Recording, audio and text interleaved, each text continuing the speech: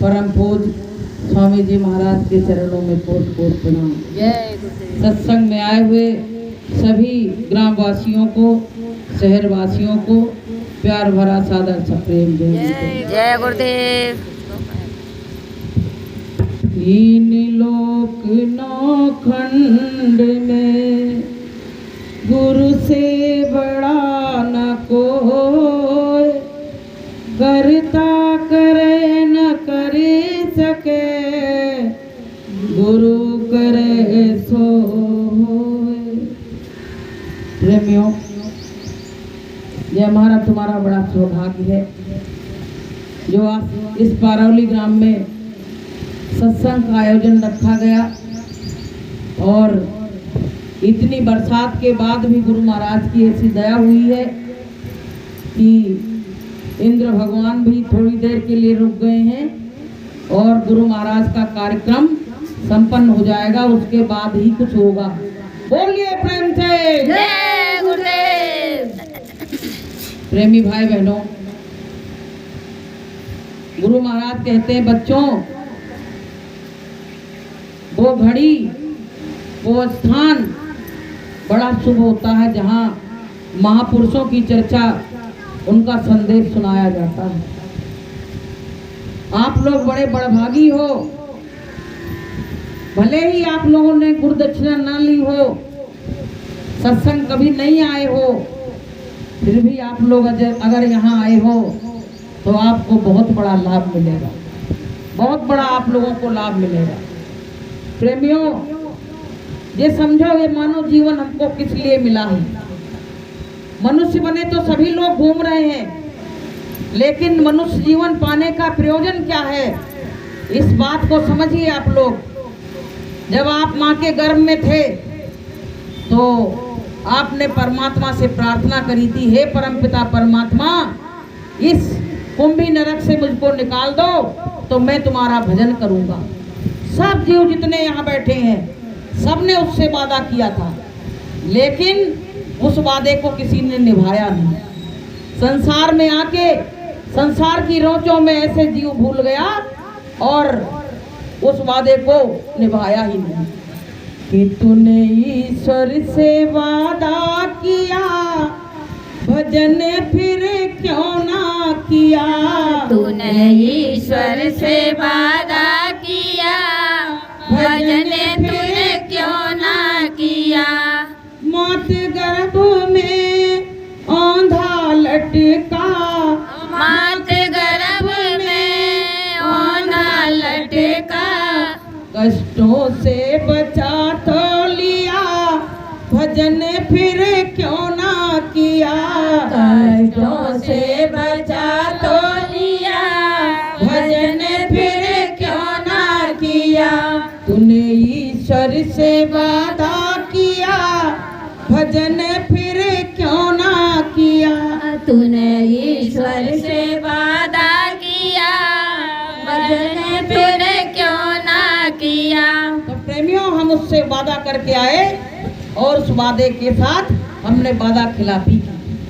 तो हमको अब क्या करना है, ये सत्संग सुन के अपने जीवन को शुद्ध और सरल बनाना है। गुरु महाराज कहते हैं बच्चों, अगर मनुष्य जीवन पाके और तुमने कोई संत और सतगुरु की शरण नहीं ली तो तुम्हारा मानुष जीवन पाना बिल्कुल बेकार चला गया। इंसान की खोली पहने घूम रहे हो तो हमारे अंदर इंसानियत भी तो होनी चाहिए, मानवता भी तो होनी चाहिए। हमको जीवन कैसे जीना है यही नहीं आता है। पशुवत जीवन लोग जी रहे हैं, केवल खा लिया, पी लिया, सो लिया, नौकरी कर आए, झूठ सच बोल लिया और उसी में जीवन को खत्म कर दिया। लेकिन गुरु महाराज क्या कहते हैं बच्चों, अगर इस तरह का जीवन बिता के तुम संसार से जाओगे तो तुमको वहाँ नरकों में इतनी यातनाएं मिलेंगी। वो परम पिता परमात्मा कहेगा कि मैंने तुमको मनुष्य जीवन इसीलिए दिया था कि पाके मानुष का तन और किया ना भजन। पाके मानुष का तन और किया ना भजन, तेरा दुनिया में आने से क्या फायदा। तेरा दुनिया में आने से क्या क्या फायदा। मनुष्य का तन मिला और हमने भजन ही नहीं किया। आप लोग कहते हो नहीं भैया हम तो एक लोटा जल जरूर चढ़ाए आते हैं। अब एक बार बताओ, एक लोटा जल से अगर काम हो जाए तो फिर सब काम खत्म ही हो जाएगा। फिर एक लोटा जल से ही काम नहीं चलेगा, तुमको तपना पड़ेगा थोड़ा सा, तभी तुम्हारा कुछ काम बनेगा। क्योंकि जब तक गुरु नहीं बनाओगे, संत की शरण में नहीं आओगे, तब तक तुम्हारा काम होने वाला, जन्म मरण का बंधन मिटने वाला नहीं। भगवान क्या कहता है कि तुम जैसा कर्म करोगे वैसा मैं तुमको फल दूंगा। कि कर्म प्रधान विसुर चिराखा, जो जस करई सो तस फल चाखा। वो तो कहते हैं ये कर्म प्रधान देश है और तुम जैसा करोगे वैसा मैं फल दूंगा। लेकिन संत क्या कहते हैं, तू मेरी शरण में आ जा, तेरे जितने गुनाह पिछले होंगे मैं सारे गुनाहों को माफ कर दूंगा। बताइए ऐसा कोई कह सकता है? ऐसा केवल बाबा जय गुरुदेव ही कह रहे हैं और कोई नहीं कह रहा है। तो प्रेमियों, हमको यहाँ आने में क्या परेशानी है? गुरु महाराज कहते हैं बच्चों मैं तुम्हारा घर बार छुड़ाता नहीं हूँ, परिवार से तुमको दूर करता नहीं हूँ और तुमको बाबा बैरागी बनाता नहीं हूँ। तुमको केवल सत्संग में आना है और जो मैंने क्रिया बताई है उसको करना है। बताइए तो इसमें कोई बहुत बड़ा बंधन है क्या? कोई बंधन नहीं है। जहाँ बंधन है वहाँ तो लोग भग भग के जा रहे हैं, लेकिन जहाँ बंधन नहीं है वहाँ लोग नहीं आ रहे हैं। तो ये भी एक दुर्भाग्य की बात है। अगर तुम्हारे किस्मत में होगा सतगुरु का प्रेम तो तुम सत्संग में आओगे, और किस्मत में नहीं होगा तो तुमको सतगुरु के वचन और जो सतगुरु के अनुयायी आते हैं, जो सत्संग सुनाते, संदेश सुनाते हैं, वो आपको अच्छे ही नहीं लगेंगे। इसलिए प्रेमी भाई बहनों, गुरु महाराज से दया मांगो। हे गुरु महाराज, मेरे ऊपर ऐसी दया और कृपा कर दो कि हमको सत्संग के एक एक वचन अच्छे लगने लगे और हम सत्संग में ऐसे डूब जाएं जैसे आदमी पानी में डूब जाता है तो हमेशा हमेशा के लिए चला जाता है। ऐसे हम सत्संग के रस में डूब जाएं और हमेशा हमेशा के लिए उसी में डूबे रहे, हमको संसार में आने का लौट के मौका ही ना मिले। तो प्रेमियों, ये किराए का मकान थोड़े दिन के लिए मिला। इस शरीर को तुम कितना समझ रहे हो? आपके गांव में भी बहुत मृत्यु हुई होंगी, आप लोगों के परिवार में भी बहुत लोग मरे होंगे, ऐसी बात नहीं है। बड़े बड़े बाबा बाबा रहते हैं, पर बाबा ऐसे लोग मर जाते चले जाते हैं। लेकिन ये बताओ, वो लोग यहाँ से गए तो कुछ लेके गए? कुछ नहीं लेके। एक आध बीघा खेत संग ले गए? नहीं। तिजोरी की चाबी ले गए? नहीं। कुछ ले गए? नहीं। जो जैसे रूप में बैठे थे उसी रूप में चले गए। जब यहाँ से कुछ ले नहीं जाना है तो यहाँ की चीजों से प्रेम क्या करना है? जैसे हम परदेश जाते हैं तो हम धर्मशाले में रुकते हैं, लॉज में रुकते हैं कि नहीं रुकते हैं? तो क्या वहाँ की चीजों को उठा लाते हैं? नहीं। भाई मालिक से कह देते भैया ये तुम्हारी चीज रखी है और भाई हम तो चले, अपना ताला चाबी लो। बस ऐसे ही हमको इस संसार में रहना है और इसी तरह से हमको संसार छोड़ के जाना है कि जितनी प्रीत कुटुंब से और उतनी गुर से कर, तो कह कबीरवा दास की बाह न पकड़े को। अगर जितनी प्रीत तुम कुटुंब और परिवार से कर रहे हो, इतनी प्रीति परमात्मा से कर लो, तो कहते हैं गुरु महाराज कि काल तुम्हारा बाह नहीं पकड़ सकता है, तुम्हारा हाथ नहीं पकड़ सकता है। तो प्रेमियों, ये मानव जीवन हमको बहुत बेशकीमती है। गुरु महाराज कहते हैं कि बच्चों, तुमको दुनिया की हर दौलत मिल सकती है, लेकिन तुम्हारी सांसें जाने लगे और कोई कहे वो सांसें वापस करवा दो, तो तुम चाहे करोड़ों रुपए लिए बैठे रहना, पर तुम्हारी सांसों को कोई वापस नहीं करा सकता है। इसलिए संतों ने कहा है कि सांस सांस सुमिरन करो और वृथा सांस मत खोए, और ना जाने या सांस को फिर आवन होए ना होए। पता नहीं जे सांस लौटे न लौटे। भाई रात को सोए सवेरा जरूरी होगा? जरूरी नहीं है सब सवेरा होगा और रात में सोते ही रह जाए। इसलिए संतों ने कहा है कि कर ले सो काम और भज ले सो राम। जितना तुम कर लोगे वही तुम्हारे साथ है, वरना कुछ तुम्हारे साथ जाने वाला नहीं है। कहा है कि जिंदगी एक किराए का घर है, जिंदगी एक किराए का घर है, एक ना एक दिन बदलना पड़ेगा, एक ना एक दिन बदलना पड़ेगा। मौत जब तुमको आवाज देगी, मौत जब तुमको आवाज देगी, फौरन बाहर निकलना पड़ेगा, फौरन बाहर निकलना पड़ेगा। जब मौत आ जाती है तो चाहे जितने लोग बैठे हों कोई उसको रोक नहीं पाता है, वो आती है और जीव को लेके और चली जाती है। इस काया से हम कितना प्रेम करते हैं, इस काया को हमने जाने कितने अच्छे अच्छे वस्त्र पहना डाले, जाने कितने कितने अच्छे इसमें तेल लगा दिए, साबुन लगा दिए।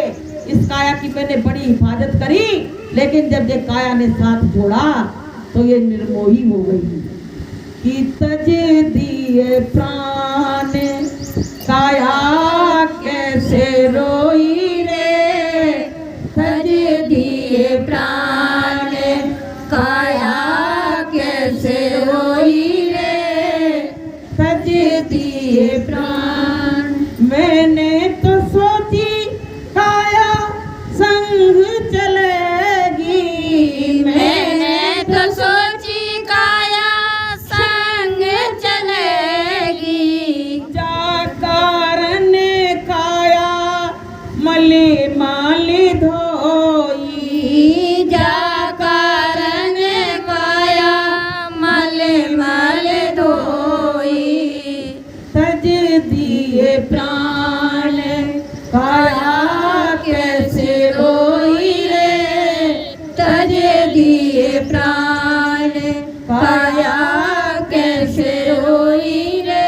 जब ये प्राण निकले तो काया कहने लगी मैंने तो सोचा था मुझको संग में ही जाना है और मुझको छोड़ के निर्मोही और चला गया और हम पड़े के पड़े रह गए। अब प्रेमियों क्या हुआ, अब उस काया का क्या किया जाएगा, अब उसको शमशान घाट पे ले जाएंगे। हिंदू लोग तो जला देंगे उसको और मुसलमान भाई उसको दफना देंगे, और उसके बाद उससे कैसा नाता तोड़ेंगे ये आप लोगों को सबको मालूम है। जब मरघट जाते हैं तो आप लोग क्या करते हो कि एक बाल्टी में पानी लाके और नीम का झोरा लाके उसमें रख देते हो कि अभी आएंगे तो उससे पानी छिड़केंगे और उस पत्ती को खा के क्या कहेंगे, आज से हमारा तुम्हारा रिश्ता कड़वाहट में बदल गया।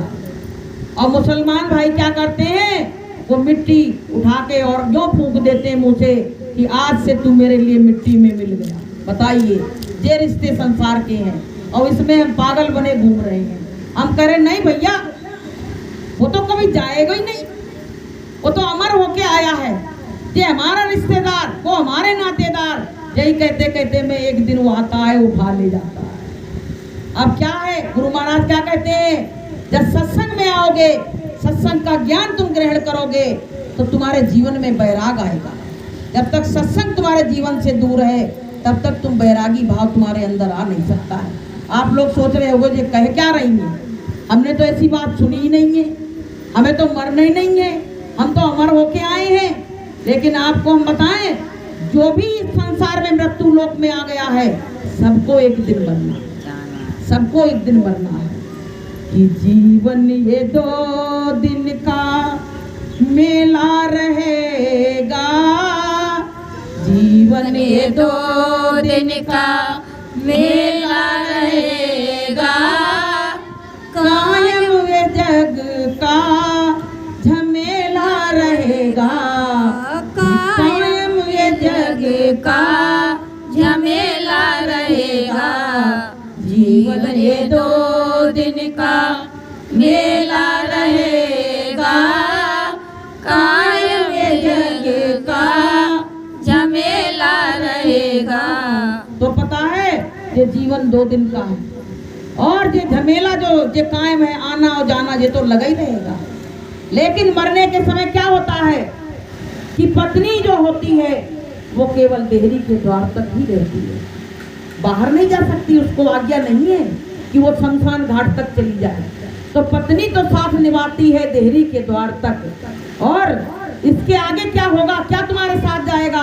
पत्नी ने भी साथ छोड़ दिया, रिश्तेदारों ने भी साथ छोड़ दिया, धन माल खजाने ने भी साथ छोड़ दिया, तो साथ कौन जाएगा?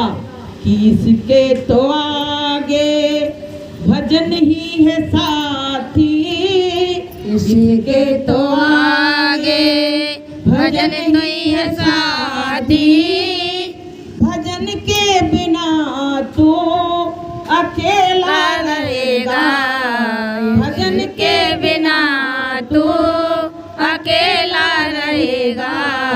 जीवन ये 2 दिन का मेला रहेगा, ज्ञान ये का झमेला रहेगा। तो भैया ये बताओ, भजन जिसने किए ही नहीं तो उसका तो अकेले ही जाएगा। भाई जो संत की शरण में नहीं आया, उस विद्या को नहीं सीखा, तो उसके पास तो माल है ही नहीं, इस खजाने को तो यही छोड़ दिया। अब आपके संग कौन सा खजाना जाएगा? इसलिए आप लोग संत की शरण में आ जाओ, इसलिए संत की शरण में आ जाओ। इसमें एक ग्राहक बैठा है जो सिर हिला रहा है, बड़े चाव से सुन रहा है, और मजेदार लोग नहीं, इसमें ग्राहक लोग नहीं दिख रहे। कहा है कि जब गुण के ग्राहक मिले तब गुण लाख बिकाए, और जब गुण के ग्राहक नहीं तो गुण कौड़ी बदले जाए। तो प्रेमियों, थोड़ी देर ग्राहक बन जाओ, सामान लेना या ना लेना, लेकिन थोड़ी देर भाव तो पता कर लो। तो प्रेमियों, हमको सबको क्या करना है? आप कहोगे भजन कैसे करें? तो भजन करने की जानकारी आपको संत सतगुरु देते हैं। जब संतों की शरण में आओगे, जब आपके भाग्य जगेंगे, तब आप संत की शरण में आओगे, और आपके जब तक भाग्य नहीं जगेंगे तब तक आप संत की शरण में आ नहीं सकते। आज आपके भाग्य जग गए, आप यहाँ आ गए हो ना। कहा गया है कि एक घड़ी आधी घड़ी अवाधियों में पुण्याध, गोस्वामी संगति साधु की और कोटि हरे अपराध। कहते हैं आधी घड़ी, एक घड़ी आधी घड़ी। अगर आधी घड़ी का भी सत्संग आपने सुन लिया और इस समय खुदा ना खास्ता कोई का बुलावा आ जाए, तो उसको यमदूत नहीं ले जा सकते हैं। आपको ये बात हम विश्वास दिलाते हैं, उसको बाबा जय गुरुदेव ही ले जाएंगे, उसको यमदूत नहीं ले जाने वाले। बोलिए प्रेम से जय गुरुदेव। तो प्रेमियों, ये कोई मामूली चीज नहीं है। जय गुरुदेव नाम आप सोच रहे होंगे जय गुरुदेव क्या है? ये पता है क्या है? 18 घंटे साधना करके हमारे गुरु महाराज ने हमको ये फ्री में नाम दे दिया। फ्री में ये नाम हमारे गुरु महाराज का नहीं है, वो स्वामी जी का जो नाम है वही हमारे गुरु महाराज का नाम है। लेकिन गुरु महाराज ने इस नाम को जगाया तो उनको सब लोग जय गुरुदेव कहने लगे, उनको सब जय गुरुदेव कहने लगे। अब उनको तो कहा जो उनकी बात का प्रचार प्रसार कर रहे हैं, तो गांव वाले उनको भी जय गुरुदेव कहने लगे। तो प्रेमियों, ये नाम जो है संतों के अधीन है, कि नाम रहा संतन अधीना, और संत बिना कोई नाम न जीना। संतों के अधीन ये नाम है। संत जिस नाम को जगाते हैं उसमें पावर भर देते हैं, और वही नाम काम आता है। आपके घर में कोई मुसीबत आए, परेशानी आए, तो गुरु महाराज कहते हैं तुम सब देवी देवताओं के नाम ले लेना, जितने देवी देवताओं को तुम मानते हो सबके नाम ले लेना। अगर आपका काम बन जाए तो बहुत अच्छी बात, और अगर आपका काम नहीं बनता है तो अंत में आप जय गुरुदेव नाम प्रमुख का बोलना। गुरु महाराज ने कहा कि ये नाम बोल के मेरी परीक्षा ले लेना, देखो मैं मदद करता हूँ कि नहीं करता हूँ। तो गुरु महाराज इतनी सस्ती चीजें यहाँ लेके आए, महंगी चीजें नहीं है। आप किसी से गुरुदक्षिणा लेते हो तो पंडित जी लिख के दे देते हैं कि इतना इतना खर्चा है, लेकिन हमारे गुरु महाराज क्या कहते हैं कि तुम यहाँ आओ, अपनी बुराइयों को चढ़ा दो, एक पैसे की जरूरत नहीं है, अपना पिछला जो गंदगी भरी है उसको तुम यहाँ चढ़ा दो और गुरुदक्षिणा ले लो, भजन करो, और देखो तुमको तुम्हारा हम बेड़ा पार कर देंगे। तो प्रेमियों, ये बहुत सस्ती सौदा है तो बहुत महंगी, लेकिन गुरु महाराज ने फ्री में दे दी तो वो हमको सस्ती लग रही है। कि ईश्वर नाम अनमोल है और बिना ही दाम बिकाए, और फिर भी ये अफसोस है कि ग्राहक कम ही आए। इस दुकान में ग्राहक कम आते हैं। और ऐसी वैसी अभी क्या घटना घटी है वहाँ हाथरस में, वो कौन थे, वो बिस्वरी वाले, वहाँ उनका कार्यक्रम था। तो क्या है संसार, क्या है भेड़ चाल। ये संसार क्या है, ये भेड़ चाल है। एक बार अकबर ने बीरबल से कहा कि ये संसार क्या है, तो बीरबल ने कहा समय आने पे मैं बताऊंगा। अब प्रेमियों क्या हुआ कि बीरबल गए और 2 जूते मोती से ऐसे बनवा के लाए, उसमें हीरे वीरे सब लगवा दिए। फिर एक दिन क्या हुआ, चौराहे पे रख के और वहीं पे खड़े होके रोने लगे, कहने लगे परमात्मा आया था, मैंने उसको पकड़ा तो जूते तो मेरे हाथ में रह गए, परमात्मा चला गया। सुनो समझ लो, भेड़ चाल की बात बता रहे हैं। बोले परमात्मा आया और मैंने उसको बहुत रोका, मैंने उसको पकड़ा तो परमात्मा तो छुड़ा के चला गया, पर उसके जूते रह गए। अब भैया लोगों ने क्या किया, जूतों की पूजा करने लगे। अब वहां तो लग गई भीड़। तो अकबर के दरबार में जब ये बात पहुंची कि वहां चौराहे पे बड़ी भीड़ लगी, परमात्मा आया, खुदा आया और खुदा चला गया, जूते यहीं छोड़ गया, तो अकबर ने आदेश दिया कि उससे कहो जाके बीरबल से कि जूते हमारे महल में लाए, राजा के महल में जूते लाएं, मैं इनको 100 पीस में रखूंगा और इनकी पूजा करूंगा। अब क्या हुआ प्रेमियों, अकबर ने कहा बीरबल भगवान आया, खुदा आया, तुमने हमको बताया नहीं। अरे मौका ही नहीं मिला, यहाँ तो इतनी भीड़ लग गई कि जान बचाना मुश्किल हो गया। अब भैया अकबर ने क्या किया, उनको ले जाके अपने वहाँ बढ़िया कांच लगवा के उनको वहाँ रखा, पूजा करने लगे। एक दिन अकबर और बीरबल गए, कहने लगे बीरबल तुमने हमारी बात का जवाब नहीं दिया, उस दिन पूछा था संसार क्या है, तो बोले संसार क्या है तो हमने दर्शा दिया। बोले वो जो जूते रखे हो ना, वो कोई परमात्मा नहीं आया था, वो तो मैंने मोती से जूते बनवा के और रख दिए और मैंने झूठे कह दिया परमात्मा आया था चला गया और लोग इसकी पूजा करने लगे। तो ये संसार क्या है, ये भेड़ चाल है। अगर एक भेड़ कुएं में गिर जाए तो सारी भेड़ें उसी में गिर जाती हैं। ऐसे ये संसार है, कोई जिसकी पूजा करने लगता है उसके पीछे लोग भग लेते हैं, अच्छा बुरा परिणाम नहीं समझते हैं कि इसका परिणाम क्या होगा। तो प्रेमियों ये संसार क्या, ये सब भेड़ चाल चल रही है।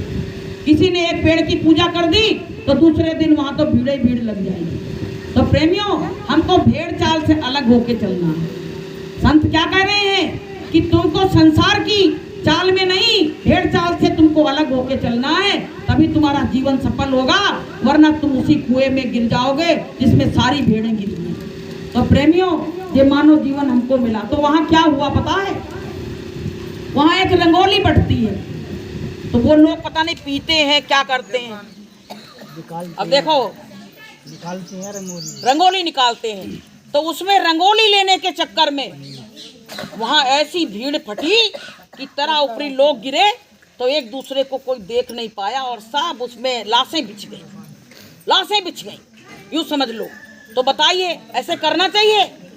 अरे कम से कम बुद्धि विवेक परमात्मा ने दिया है, वो रंगोली पी के क्या होगा ये बताओ पहले, उससे तो मर और जाओगे, उसमें केमिकल मिला रहता है।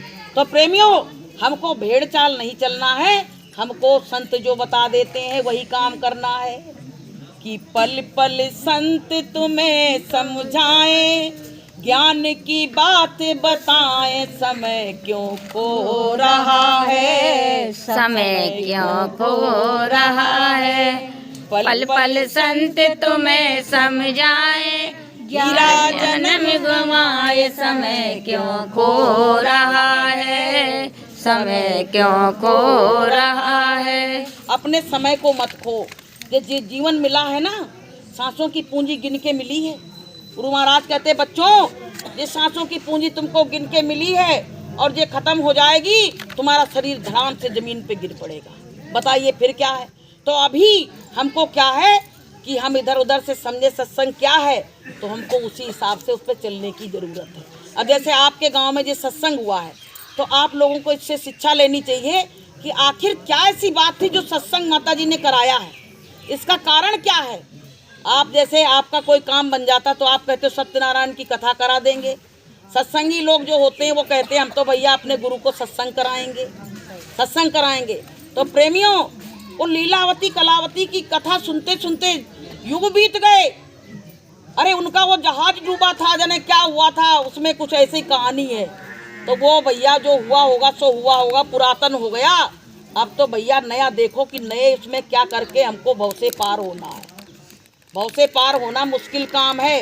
गुरु महाराज कहते हैं कि कीचड़ में, पानी में डूब जाए आदमी तो एक बार तैर के निकल सकता है, लेकिन भवसागर में डूब जाए तो निकलना बड़ा मुश्किल है। इसलिए प्रेमियों, हमको सबको सत्संग बहुत जरूरत है जीवन में। आपकी गलती नहीं है, आपको अगर लाया जाता